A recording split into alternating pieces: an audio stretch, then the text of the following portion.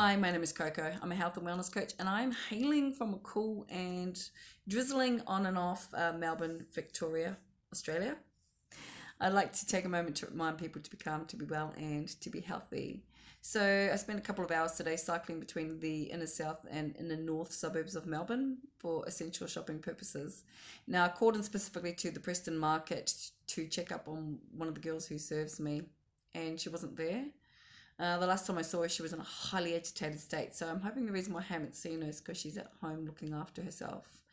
Now, prior to that, I called into Victoria Street in Richmond to attend my favourite bakery. Now, all the bakeries along that particular strip sell tasty and high quality Vietnamese rolls for under $5. The particular bakery that I attend sells them for $4.50, and they also sell $2 chocolate croissants and $1.50 croissants.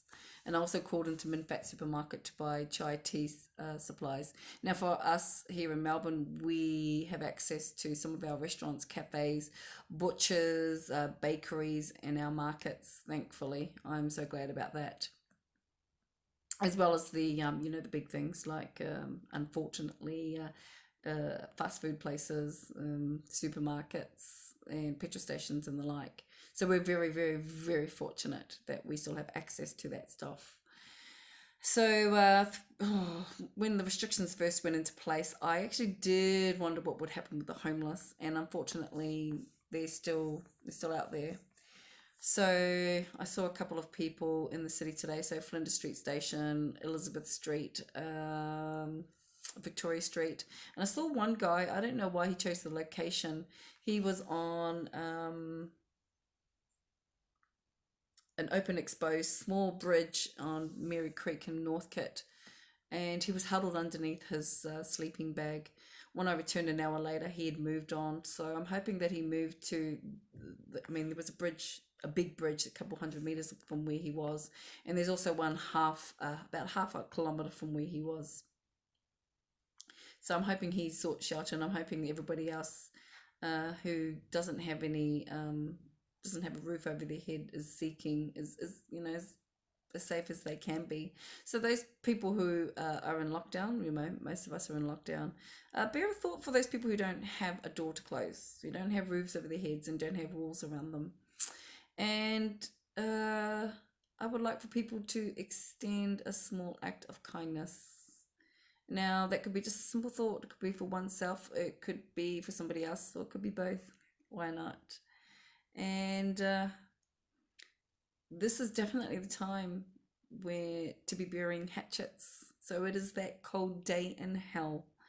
It is time, even if it's just for you, the other person doesn't have to be receptive at all. It's just for you. Bury the hatchets as best you can. Now, it isn't easy.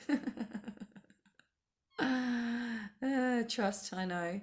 But yeah, it's time for that. And to be mindful of those people who are alone at this time and really feeling isolated. Not everybody likes to be alone. This is the time for the loners. We're like, finally. I befriended a beggar 3 weeks ago on Flinders Street Station, and he had something to tell me. The reason why I approached him is because he had beautiful handwriting, and I thought he might gruff as well, but he doesn't. Hail Ishka. So we got to chatting, and the reason why I'm interested in people who can gruff is because I have a business idea, and he actually told me to apply for a grant, and I thought, oh my God, it's what I used to do for a living. Anywho, so you never know who might be able to offer you advice. The homeless, the beggars, they all have a story. They have an interesting story, and they, like me, know if you don't have it here, you don't have it anywhere. Cheers.